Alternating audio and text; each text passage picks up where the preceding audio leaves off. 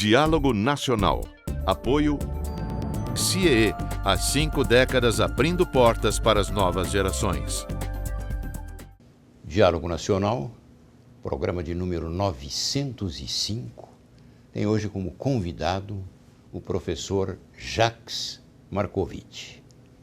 Que bom recebê-lo novamente aqui no nosso programa, no momento em que os temas ligados ao mestre Marcovitch estão em evidência, né? É isso mesmo, Rui. É um prazer, é uma grande alegria estar de volta. Só relembrando aos nossos internautas e telespectadores que o professor Jacques Marcovitch é titular na Universidade de São Paulo, na Faculdade de Economia, Administração, FEA, USP e também no Instituto de Relações Internacionais da nossa USP. Ele é membro de um conselho importante internacional com sede em Genebra e presidente da Fundação Bung, uma entidade social da Bung Brasil e que recentemente realizou mais uma entrega de prêmios de incentivo ao desenvolvimento intelectual no ano em que a Fundação completa 60 anos de existência. Professor Jacques, além disso, ele dedica-se ao estudo do pioneirismo empresarial no Brasil e também da estratégia, inovação, com foco no crescimento econômico, com distribuição de renda e sustentabilidade ambiental. Por isso, vocês vão ver que o programa de hoje tem realmente vários cenários. Professor Jacques, vamos começar com o cenário da próxima reunião, aliás, está bem próxima, da 21ª Conferência das Partes, chamada COP21, a ser realizada em Paris, com 196 líderes empresariais e internacionais que vão tentar buscar um consenso e que responda ao maior desafio para o futuro da humanidade, o aquecimento global. Quais são as expectativas de um professor, um mestre, um estudioso dessa matéria em relação à Conferência de Paris? Olha, eu acho que, Rui, nós já temos resultados bastante tangíveis, que são quase 60 compromissos nacionais tomados e assumidos publicamente desde o mês de março até final de setembro. E isso demonstra que a grande maioria dos países já se mobilizou. O que nós esperamos como resultados concretos? Em primeiro lugar, compromissos na redução de emissões de gás de efeito estufa. Isso significa uma política muito clara de redução de subsídios para as energias fósseis, um aumento considerável das energias renováveis, onde o Brasil pode desempenhar um papel importante. Em terceiro lugar, eficiência energética e métricas claras para melhorar o uso da energia disponível. Em quarto lugar, um outro aspecto que o Brasil pode desempenhar um papel muito importante é a cobertura florestal. Porque a forma mais barata de reduzir as concentrações de gás de efeito estufa na atmosfera é ainda a preservação da floresta tropical. E nisso também o Brasil assumiu compromissos não só de reduzir o desmatamento, mas também de recuperar áreas degradadas, como nós discutimos no Prêmio Bung nesses últimos dias, quando no seminário internacional realizado na FAPESP, se pensou até recuperar áreas degradadas utilizando tecnologias novas. O Centro de Instrumentação da Embrapa, trabalhando com o Departamento de Aeronáutica da Universidade de São Paulo em São Carlos, está pensando na criação de um programa chamado de bioaeronáutica, isto é, o uso de drones para fazer o trabalho difícil que os pesquisadores mencionaram. Qual foi o trabalho difícil que eles mencionaram? A dificuldade de acesso a áreas degradadas, a dificuldade de recuperar amostras para as análises químicas, as análises biológicas. Isso poderá ser feito por drones e, a partir daí, nós podemos também engajar grandes contingentes de recursos humanos e de tecnologias para essa recuperação. Tudo isso contribui para a Agenda de Paris e o Brasil tem um papel de ator e também de beneficiário, na medida em que ele, pela sua extensão geográfica, tem condições de ajudar. Quais são as probabilidades de êxito? Eu penso que nós teremos paciência para ver. É claro que as diplomacias estão engajadas, tanto os Estados Unidos, como a China, como a União Europeia, mas especialmente a França. São mais de 80 diplomatas dedicados em tempo integral para assegurar que a reunião de Paris alcance seus resultados. Mas temos países grandes com baixíssimo nível de desenvolvimento, é o caso da Índia. E certamente qualquer acordo por consenso exigirá também da parte desses países um compromisso. Isso será decidido e resolvido nos próximos dias, nas próximas semanas. A reunião começa em final de novembro, termina no dia 11 de dezembro e que nós esperamos que antes mesmo dessa data um acordo global seja alcançado. A Conferência de Quioto, muitas sugestões, muitos compromissos ou tentativas de compromissos foram assumidos. Sim. Mas os países chaves para que o tratado lá de Quioto pudesse ser implementado acabou não acontecendo. Quais são os riscos que o professor Jacques Markovitch vê em relação à 21ª Conferência de Paris? A grande diferença entre Quioto e Paris é que em Quioto toda a responsabilidade passou a repousar nos países desenvolvidos. O princípio que foi adotado em Quioto é que os países em desenvolvimento adotariam ações voluntárias, mas os países desenvolvidos teriam a maior responsabilidade. O que era válido vindo do passado, onde os países emergentes estavam com um ritmo lento de crescimento. Isso foi Quioto.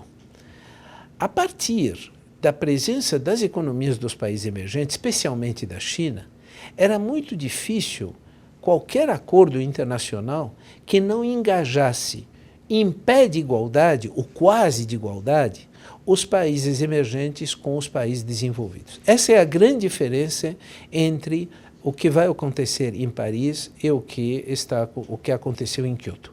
Agora, isso não garante, porque sempre haverá alguns países que vão dizer nós dependemos ainda da ação dos países desenvolvidos, a nossa contribuição é menor. O que se configurou nas chamadas declarações, os compromissos de intenção, é que alguns dos países emergentes definiram dois conjuntos de metas. A primeira, o que eles são capazes de fazer com seus recursos próprios. E a segunda, o que depende dos recursos internacionais. Nós estamos ainda aquém do que é necessário. O necessário seria nós termos emissões líquidas zero. No momento nós estamos discutindo reduções em relação ao passado, 30%, 40%, 20% para 2030, para 2050, mas a única forma de reduzir os riscos que são decorrentes do aquecimento global é nós termos emissões líquidas zero, isto é, entre o que o mundo emite e entre o que o mundo é capaz de sequestrar, nós devemos ter emissões líquidas neutras. Em outras palavras, de um lado, se alguns países continuam emitindo, eles terão que financiar a preservação de florestas tropicais ou outros meios para que seja realizado o sequestro e, com isso, vai ser a única forma de nós chegarmos e prepararmos um futuro mais seguro para as próximas gerações. O professor Jacques Markovitch teve a gentileza de me enviar um trabalho de sua autoria, denominado Consenso de Paris. E nesse trabalho, o professor Markovitch diz que o objetivo estratégico de zerar as emissões líquidas de carbono exige que a retórica da sustentabilidade seja acompanhada por métricas e alternativas de soluções. Essa palavra-chave, como é que o senhor define métricas? Métricas foram definidas quando de reuniões anteriores, como na Rio+20, mas todas as métricas os governantes acabaram fugindo delas. As métricas têm a ver, por exemplo, com unidade de energia consumida por produção, por unidade de carbono emitido por unidade de produção. Isto é, se um produto é produzido, um serviço é prestado, nós precisamos ter a métrica, por exemplo, do ano de 2010 e comparar com a métrica de 2030. A mesma coisa em outros recursos naturais, como água. Nós precisamos produzir o mesmo ou mais, mas utilizando menos recursos naturais por unidade. A mesma coisa na área de dejetos. Como nós vamos viver melhor, mas gerando menos dejetos na natureza que acabam poluindo para as próximas gerações. Então, a questão de métricas não são mais do que 5 ou 6 métricas que permitiriam esse monitoramento. Agora, houve um avanço, e o avanço está nas 17 metas do milênio. As 17 metas do milênio pós-2015, que substituem aquelas que tinham sido adotadas no início do século XXI, essas metas foram traduzidas em 169 métricas. Portanto, nós vamos encontrar, por exemplo, na área de energia de poluição, uma métrica que é o uso de energias renováveis por uma determinada população, por exemplo, para cozinhar alimentos. Nós, no Brasil, ainda temos 10 milhões de pessoas que se utilizam ou de lenha ou de carvão para cozinhar. Isso significa, além de destruição da natureza, uma emissão de carbono, e, além do desconforto e da poluição individual para cada uma das pessoas que se utilizam dessas energias. Então, nós temos métricas nas metas do milênio, nas novas metas do milênio, e essas métricas, essas 169 métricas, ajudam aos governos a assumirem compromissos mensuráveis e monitoráveis.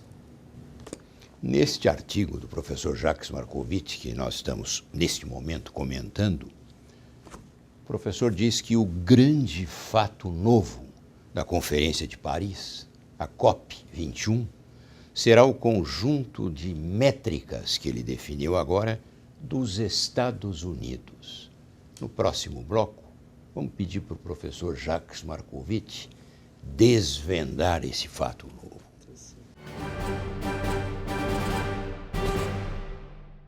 196 países, lideranças desses 196, estarão presentes na Conferência das Partes a ser realizada em Paris, a COP21. Hoje nós estamos conversando com o professor Jacques Markovitch, da Universidade de São Paulo, e um dos maiores especialistas nessa matéria. No bloco anterior, terminávamos, eu citava um artigo que eu tive o privilégio de receber do professor Markovitch, em que ele diz que o grande fato novo da Conferência de Paris, da COP21, será o conjunto de métricas dos Estados Unidos. Vamos tentar desvendar o que serão essas métricas? Olha, os Estados Unidos estiveram fora de Kyoto e os Estados Unidos entenderam sempre que não deveriam participar de qualquer acordo porque ele contrariava interesses muito claros dos Estados Unidos, tanto na área energética como na área da produção e do consumo. O presidente Barack Obama entendeu no início do governo dele que ele deveria dar ouvidos aos movimentos ambientalistas, tanto na redução de emissões, como também em alcançar picos de emissões a partir de determinadas datas, da mesma forma que a China agora tem adotado situações semelhantes. No caso dos Estados Unidos, precisa fazer justiça porque os estados, portanto, as esferas infranacionais, muitos estados, Massachusetts, Califórnia, já tinham adotado políticas de redução e de contenção de emissões de gás de efeito estufa. Mas o que é muito importante, e historicamente importante no caso dos Estados Unidos, é que nós temos um presidente que declarou e assumiu compromissos em oposição ao Congresso dele, ao Congresso Nacional norte-americano. E o Congresso, mesmo estando contra, a legislação americana permitiu, com o apoio do Supremo, do Judiciário norte-americano, de transferir essa responsabilidade na Environmental Protection Agency, portanto na EPA. É, portanto, pela via do Executivo que as metas estão sendo prometidas, e é pela via do Executivo que elas serão implementadas. Nós temos hoje, pela primeira vez, dois países, os Estados Unidos e a China, que estão aliados em definir metas ambiciosas.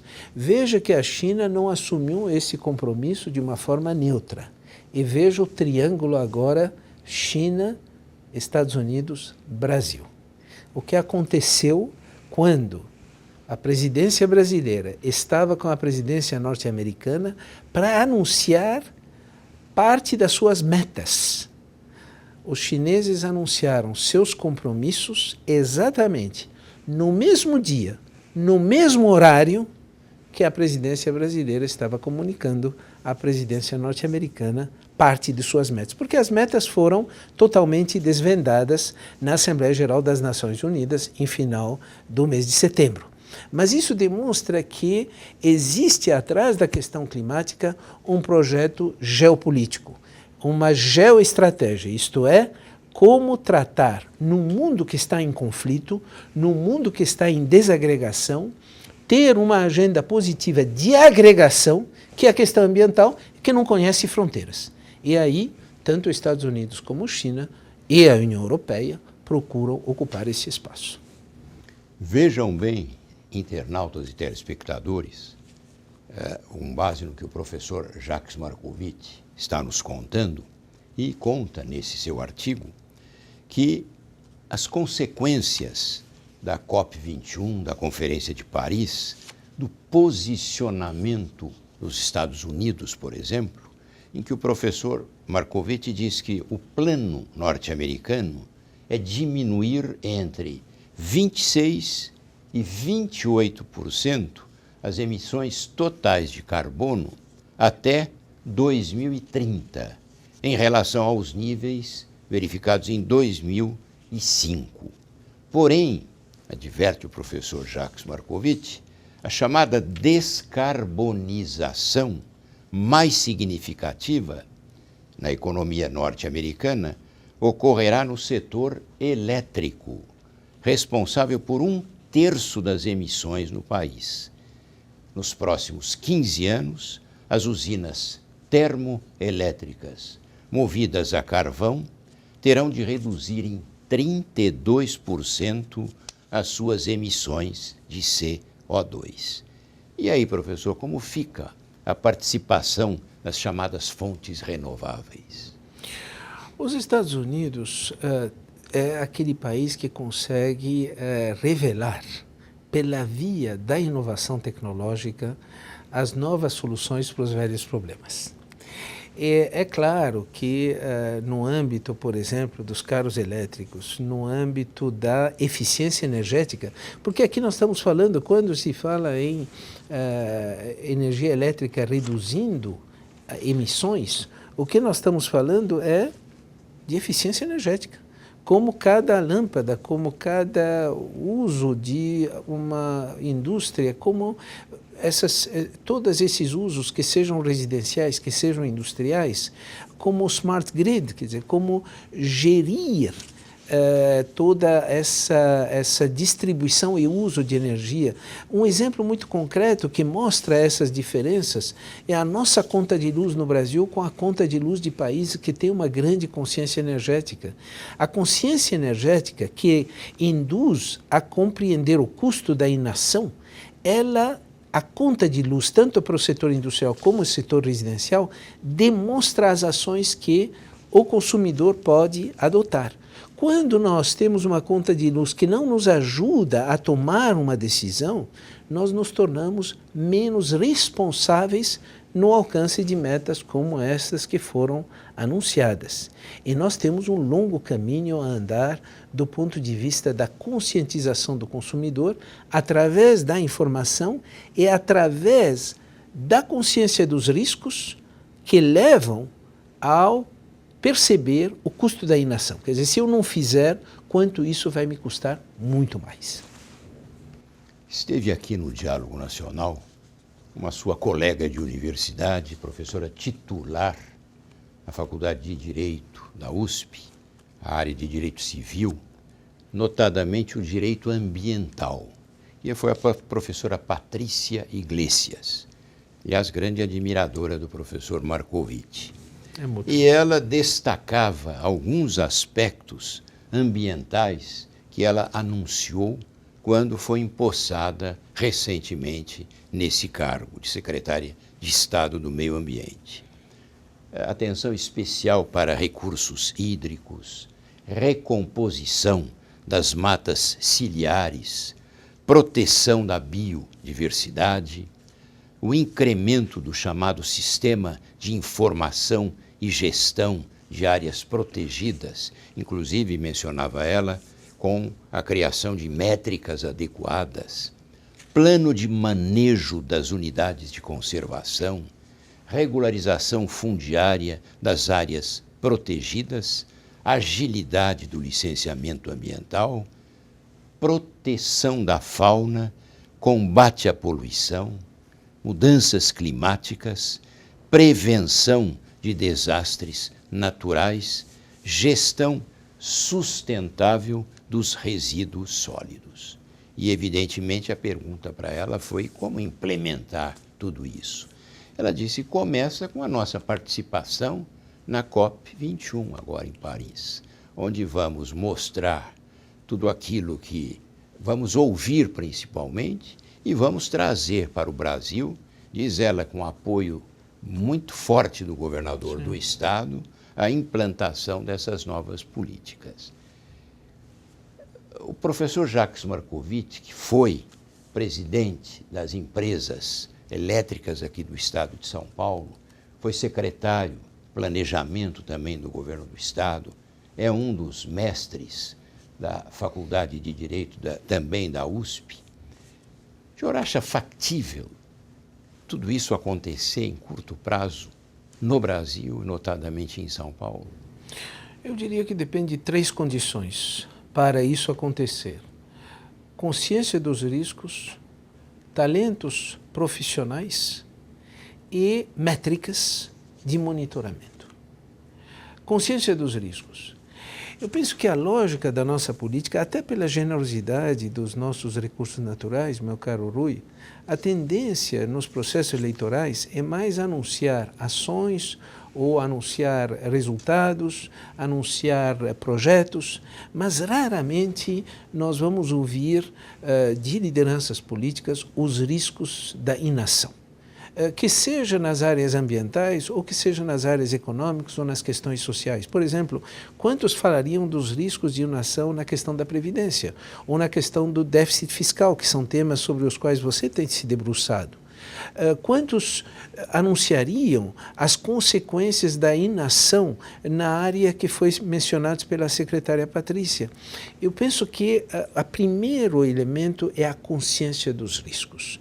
É a sociedade ter permanentemente uma clareza das consequências. Veja a questão do saneamento.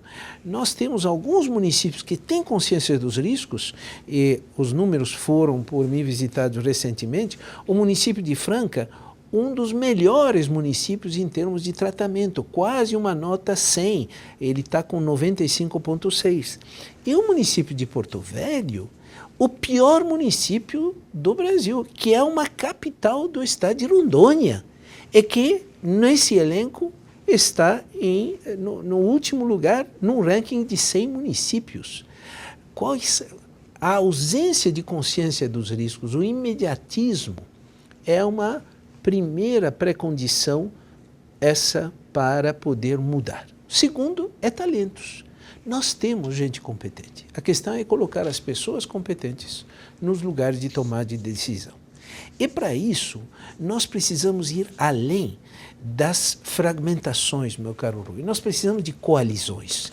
Precisamos que governo, empresas e sociedade civil unem suas mãos para viabilizar metas. Nós temos um exemplo no Todos pela Educação, que colocou as metas de 2022 e que são métricas que mobilizam sociedade civil, empresa e governo, para que essas metas sejam alcançadas. Nós temos o caso do estado de Pernambuco, que, num período de 15 anos, melhorou consideravelmente usando exatamente métricas para a avaliação dos seus professores, não só com métricas, mas também com bônus, com reconhecimento dos melhores professores dentro da sala de aula.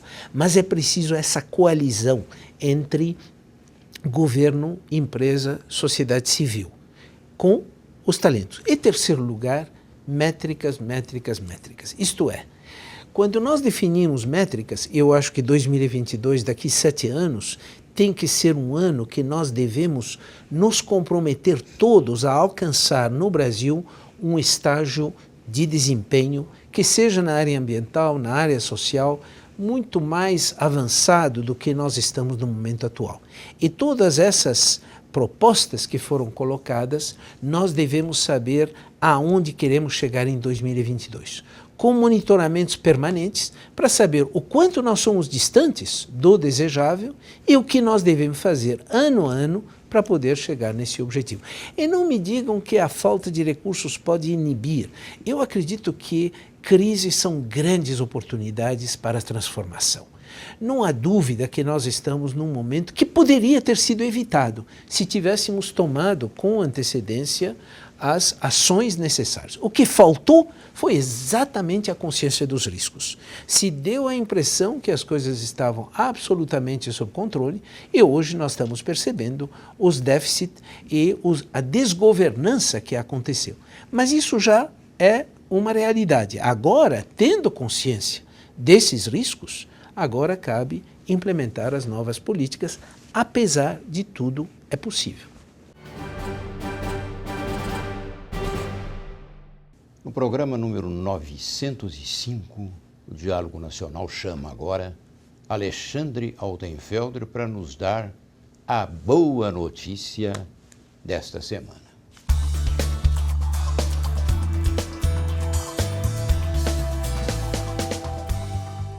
O comitê organizador dos Jogos Olímpicos do Rio de Janeiro anunciou nesta semana que irá destinar 300 milhões de reais para a contratação de produtos e serviços de micro e pequenas empresas. O projeto tem a assinatura Jogos Olímpicos Compram dos Pequenos. O objetivo é qualificar os fornecedores para atender a demanda do evento. Segundo o Sebrae, as micro e pequenas empresas já representam 27% do PIB brasileiro e 57% dos empregos formais. Entre alguns dos serviços que já foram contratados pelo Comitê Rio 2016 estão peças de mobiliário e almofadas que ficarão nos quartos dos atletas da Vila Olímpica. Portanto, uma excelente notícia que não poderia deixar de ser a boa notícia do Diálogo Nacional desta semana. Semana que vem eu volto selecionando mais uma boa notícia para elevar a sua e a nossa autoestima. Fique ligado e até lá!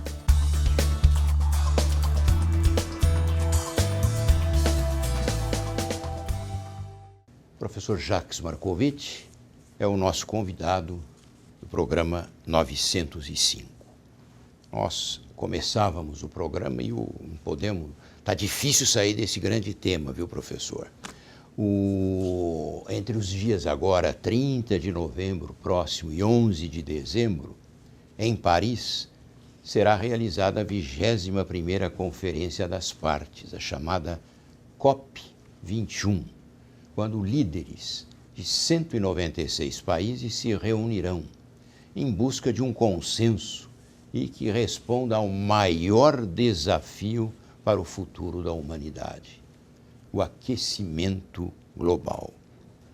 Especialistas calculam que o quadro climático mundial exige que todas as emissões sejam limitadas em 1 trilhão de toneladas de CO2. O que é isso, professor?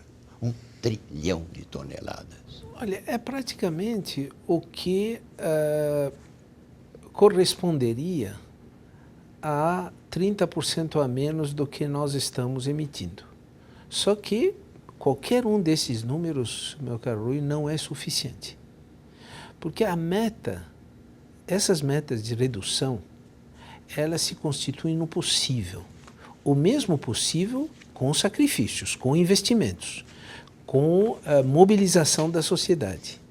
A única meta que deve ser realizada é aquela que deve ocorrer entre 2050 e 2100, que é zerar as emissões líquidas de emissões. Zerar. Porque é a mesma coisa que os gases destruidores da camada de ozônio. Na medida em que nós vamos acumulando gás de efeito estufa na atmosfera, que tem uma duração muito maior do que o ciclo anual ou decenal que nós conhecemos. Portanto, essas métricas, elas são métricas transitórias. O compromisso a ser assumido, mas ninguém tem condições de querer que esse compromisso seja assumido em dezembro desse ano, mas o compromisso a ser assumido na medida em que os países definem o espaço coletivo para avançar na direção das reduções é zero. E a única forma de evitar que as gerações do futuro paguem consequências pelo que nós estamos fazendo hoje. E se isso não acontecer? Nós teremos aí um quadro de enchentes, derretimento de geleiras, secas mais intensas e frequentes, elevação do nível do mar, ondas de calor, colapso da agricultura, como a da Síria entre 2006 e 2011, e outras mais, não, professor? Eu penso que sim, mas convém sempre ouvir os céticos e responder aos céticos. Porque a tendência, quando nós apresentamos esse cenário, é que sempre haverá um cético que vai dizer não, mas ninguém me prova 100% que isso necessariamente vai acontecer. Até porque é extremamente complexo prever o comportamento de um sistema tão sofisticado como é o planeta Terra, com todo o seu entorno, toda a sua atmosfera. O que é irrefutável é que a probabilidade disso acontecer é elevada. Pode ser que não aconteça, mas a probabilidade de acontecer é elevada. E aí eu diria para o cético, vamos assumir que a sua casa tem a probabilidade de se incendiar. Ela pode não se incendiar, mas vamos assumir que ela tem a probabilidade. Qual será a sua ação, mesmo que seja cético?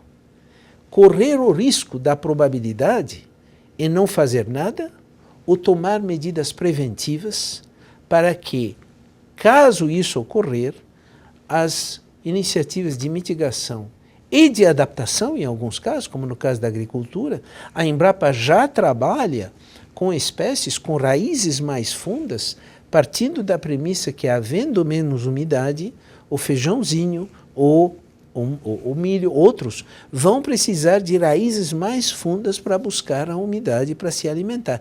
Portanto, de um lado, existe a necessidade da prevenção e, do outro lado, já de uma adaptação para que a espécie humana possa, mais uma vez, enfrentar desafios que são em escala global, como nós já tivemos na área da saúde e que foram enfrentados através do quê? De consensos internacionais.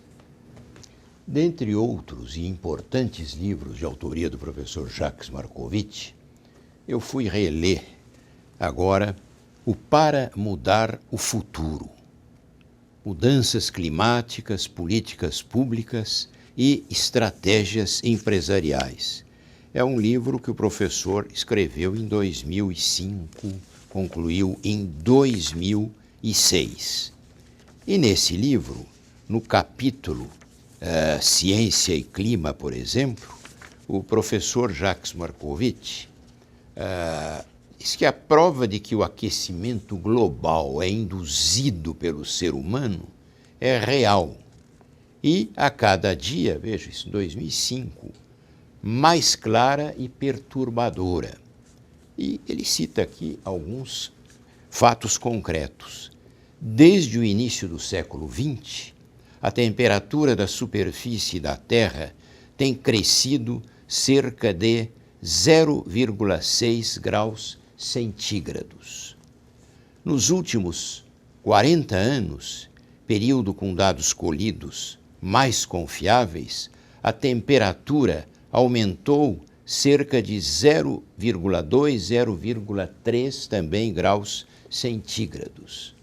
O aquecimento no século XX é maior do que em qualquer época durante os últimos 400 a 600 anos. 7 dos 10 anos mais quentes no século XX ocorreram nos anos 90. Em 1998, as temperaturas globais atingiram picos devidos aos recordes de El Niños mais fortes. Foi o ano mais quente desde que a medida de temperatura instrumental mais confiável começou. De lá para cá, esses números se acentuaram, professor? As tendências foram nessa mesma direção. E há evidências claras. Veja o caso dos incêndios na Califórnia e a falta d'água. Veja no caso da Europa, todas as economias que dependem do turismo, que está baseado no esqui, na neve, tem que ir cada vez mais alto, porque as etapas intermediárias já estão perdendo a sua potencialidade de oferecer neve para os seus turistas. Portanto, há uma reconversão de todo o turismo nos países alpinos. Nós estamos enfrentando, que foi citado, os casos extremos no Oriente Médio e na África do Norte. Então, há evidências em escala mundial que essa tendência está aumentando. Nós tivemos na Europa, novamente, nesse último verão, temperaturas que chegaram, meu caro Rui, a 38, 35, 38 graus para países europeus, obviamente no verão. Mas isso eram temperaturas pouco conhecidas. Foram recordes que foram novamente observados e testemunhados. Então, existem essas tendências que estão ocorrendo. Nós temos uma redução do gelo nos polos. Isso está mudando até as vias do comércio marítimo, porque várias empresas estão agora passando pelo polo para poder transportar suas mercadorias, e tudo isso constitui parte dessa transformação. Professor Jacques, para a gente, não digo encerrar, porque esse assunto é interminável, mas aqui no Diálogo Nacional, chamou a minha atenção, com certeza a do professor Marcovitch também, declarações recentes do ministro da Fazenda, Joaquim Levy. Numa matéria publicada no jornal Valor Econômico, o ministro adiantou que nas consultas realizadas nos últimos meses para definir a posição brasileira para Paris, o governo defende a manutenção de uma abordagem diferenciada para países desenvolvidos e em desenvolvimento. As responsabilidades, diz o ministro Levy, comuns, porém diferenciadas, devem ser mantidas em negociações futuras. É possível isso, professor? Eu prefiro entender que a declaração do professor, do ministro da Fazenda, tem mais a ver com o financiamento dos projetos do que a postura que, no passado, dava aos países desenvolvidos toda a responsabilidade pela redução de emissões. E, nesse sentido, nós todos sabemos que o Ministério da Fazenda, já algumas gestões, se dotou de uma equipe que estuda a economia das mudanças climáticas. Porque a economia das mudanças climáticas significa estudar não só os impactos que vai ter sobre a economia brasileira, como também sobre a economia global. E isso levou a uma discussão de obtenção de recursos por exemplo, para a Amazônia, no caso do Fundo Amazônia, e esse é todo um estudo que foi feito também no âmbito da Faculdade de Economia e Administração. Nós temos que voltar a 2007, no governo, quando Marina Silva estava no Ministério do Planejamento, e o governo norueguês ofereceu ao Brasil US$ 1 bilhão para alocar a recursos, a projetos na área fim, para reduzir o desmatamento. Esse recurso hoje está financiando também os trabalhos do INPE no monitoramento da floresta tropical. Eu prefiro acreditar que esse comentário tem a ver com um Brasil proativo, como aliás foi o anúncio que ocorreu em final de setembro, mas um Brasil proativo que não terá todos os recursos para viabilizar as suas metas, especialmente na questão de rede, na questão das florestas, porque aí o benefício é mundial. E a partir daí nós temos a responsabilidade, mas se pudermos fazer mais ainda com recursos que poderiam ser mobilizados através do Fundo Verde ou através de acordos bilaterais, ou como foi o caso da chanceler alemã que ofereceu recursos ao Brasil via o Fundo Amazônia, quando ela esteve em agosto desse ano no Brasil, no dia 19, tudo isso constitui o que eu penso que o ministro de Fazenda teria interesse em promover. Como é bom a gente conversar com gente que sabe e faz acontecer, como hoje, a conversa que estamos tendo com o professor Jacques Marcovitch. O professor Marcovitch é presidente da Fundação Bung, que este ano completa 60 anos de existência. No último dia 30 de setembro, no Palácio dos Bandeirantes, em cerimônia presidida pelo governador Geraldo Alckmin, os governadores do estado são presidentes honorários da Fundação Bung, o professor Jacques entregou aos premiados deste ano, em áreas relevantes que ele vai nos contar agora, os prêmios de incentivo ao desenvolvimento dessas áreas. Mais ou menos 600 pessoas, mundo acadêmico, empresarial, social, enfim, esteve no Palácio dos Bandeirantes aplaudindo os 4 premiados do ano. Os 2 jovens, a Dulce Buchala Bica Rodrigues, que recebeu o prêmio Juventude na área de saneamento básico e manejo de água, o jovem José Fernando Tomé Jucá, que também recebeu o prêmio, o menos jovem José Fernando Tomé Jucá, que recebeu o grande prêmio na área Vida e Obra, nessa mesma área. O jovem Diego Antônio França de Freitas, que recebeu o prêmio Juventude na área de recuperação de solos degradados para a agricultura, e a premiada nessa área, na categoria Vida e Obra, professora Marlene Cristina Alves.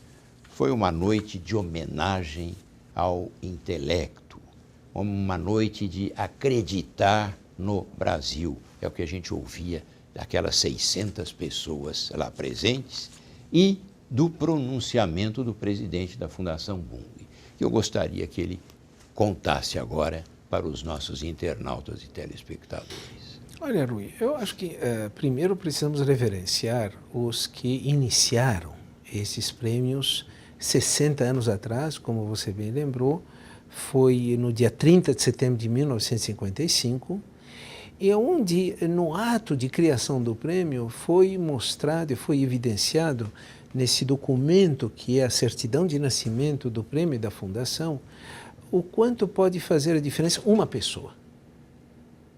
Lógico que uma pessoa é o resultado de um coletivo familiar, social, de colegas, de pesquisadores, de alunos, de professores, mas o fato é que essa pessoa é que faz a diferença. E durante 60 anos, de forma ininterrupta, na qual Rui Altenfelder teve uma contribuição nesse longo período, nós tivemos exemplos de superação.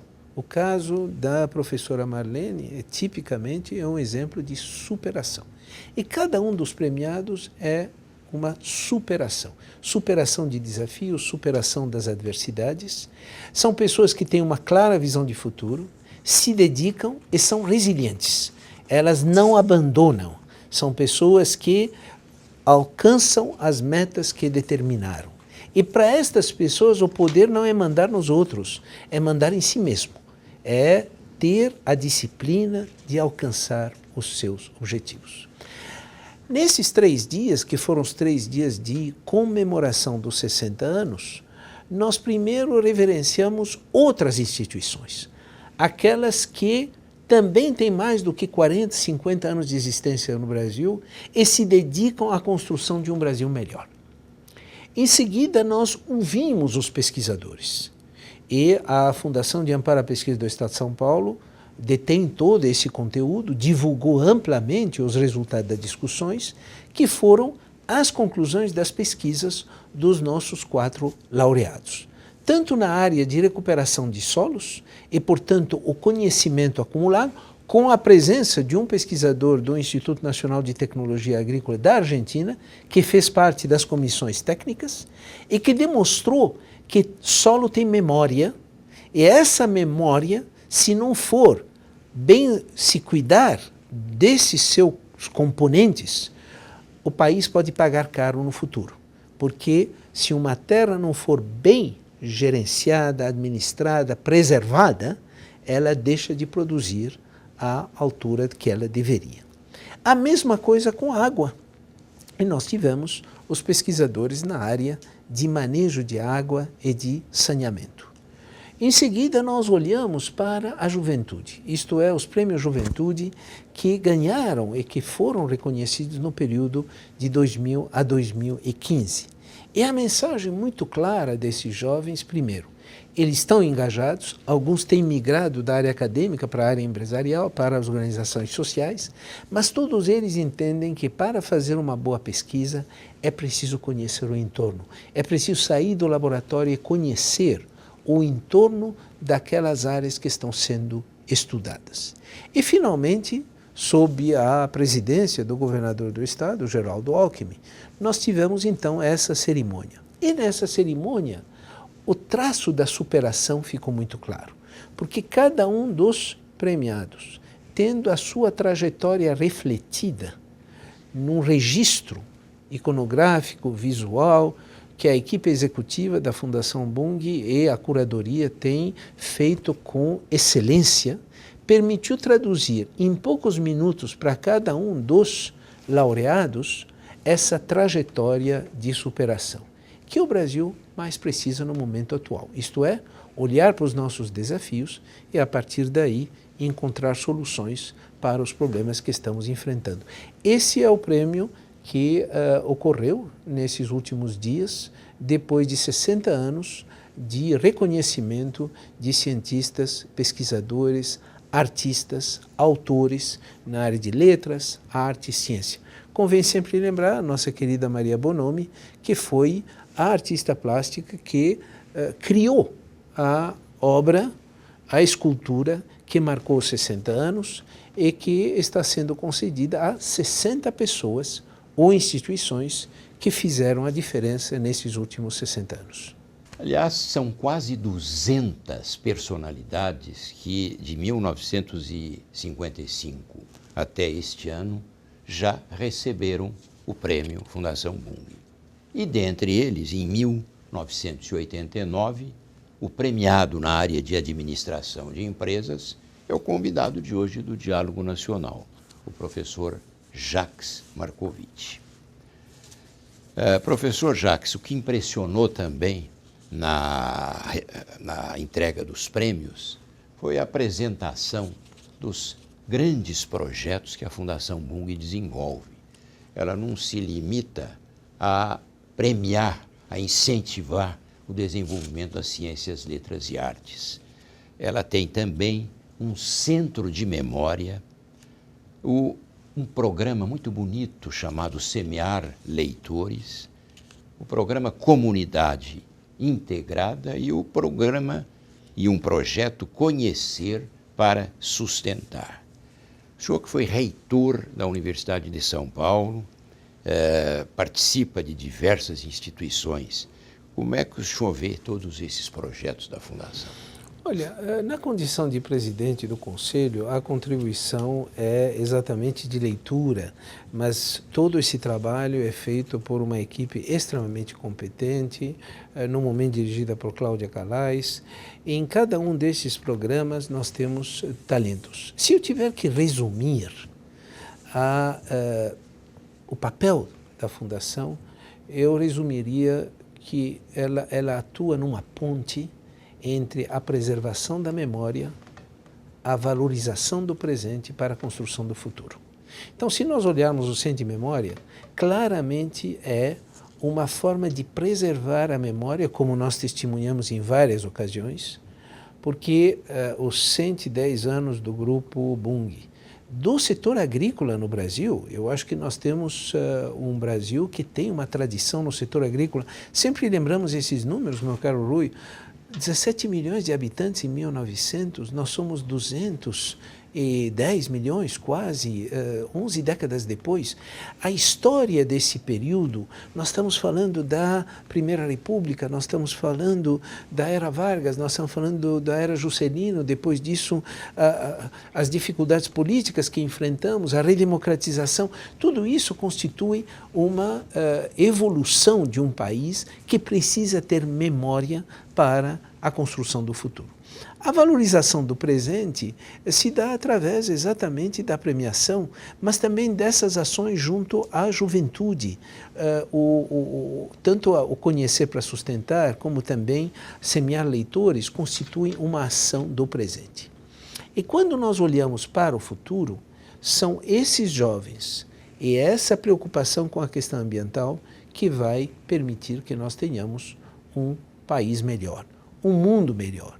E, nesse sentido, os programas que foram citados, eles são verdadeiras pontes entre passado, presente e futuro. Professor Jacques Marcovitch foi, então, um convidado do programa 905 do Diálogo Nacional. Parabéns, obrigado, meu Rui. amigo Muito e mestre, muito pelo obrigado. trabalho que vem desenvolvendo. Muito obrigado, Rui, e parabéns também pelo programa. Queremos chegar aos 1000 logo para poder festejar. E até o nosso próximo programa.